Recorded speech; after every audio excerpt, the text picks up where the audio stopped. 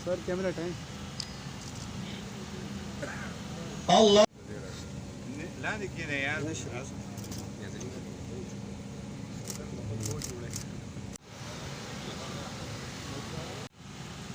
Sir camera time Allahu Akbar. Assalamu alaikum wa rahmatullah. Assalamu alaikum wa rahmatullah. Alhamdulillah Rabbil Alamin.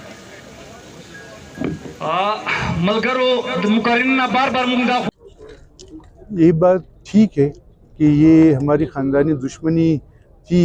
पिछले साल भी हमारा एक मेरे वालिद साहब का चचाजाद भाई था जो हमारे घर का एक मशर था, बड़ा था, उसका कत्ल हुआ था।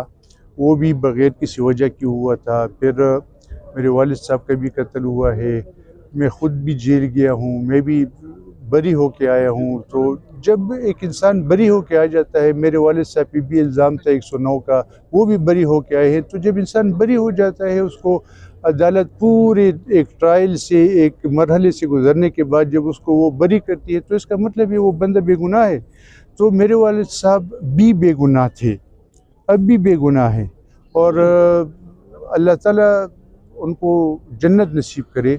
मैं एक दूसरे एंगल से बात करूंगा। मैं अभी जेल से होके आया हूँ इसी मुकदमे में।